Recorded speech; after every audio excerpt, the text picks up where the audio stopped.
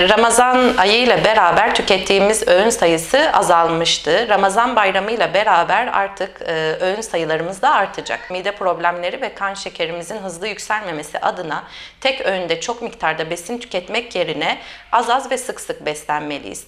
Onun dışında ana yemekler tercih ederken daha çok böyle hafif sebze yemekleri, tencere yemekleri gibi yemekleri tercih etmeliyiz. Kızartmalardan, hamur işlerinden ve yağlı yiyeceklerden uzak durmalıyız.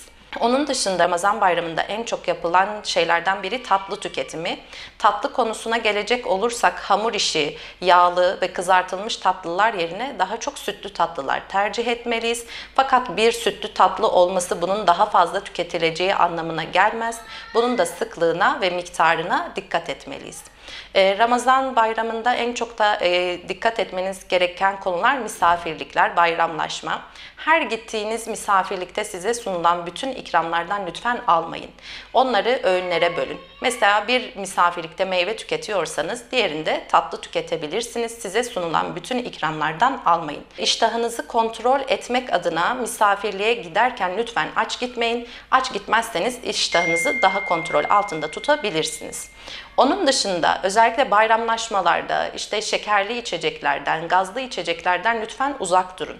Bunun yerine daha çok ayran, maden suyu, şekersiz komposto, şekersiz hoşaf gibi hem kalori içeriği daha düşük hem de sağlıklı olan içecekleri tüketebiliriz.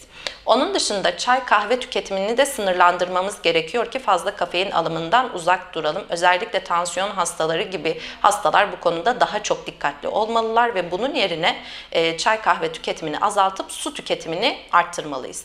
Aynı zamanda bayramlaşmaya giderken yürüyerek gitmeyi tercih ediyoruz. Bu hem fiziksel aktivitemizin artması için daha iyi olacaktır. Fakat gideceğiniz yer çok uzaktaysa, araç kullanmanız gerekiyorsa da aracı uzak bir yere park edip yürüyerek gidebilirsiniz. Böylece hem fiziksel aktivitemizi de arttırmış oluruz. Ramazan bayramında en çok yapılan diğer bir hata ise çikolata, şeker, şekerlemeler gibi ürünlerin fazla tüketimi. Bunlar ishale, onun dışında mide problemlerine de sebep olabiliyor. Lütfen bunları da her gittiğiniz yerde size sunulan işte çikolata, şekerden almayın. Alırsanız da lütfen tüketmeyin. Günlük bunlara bir sınır getirmeniz gerekiyor. Şimdiden herkese sağlıklı, mutlu bayramlar dilerim.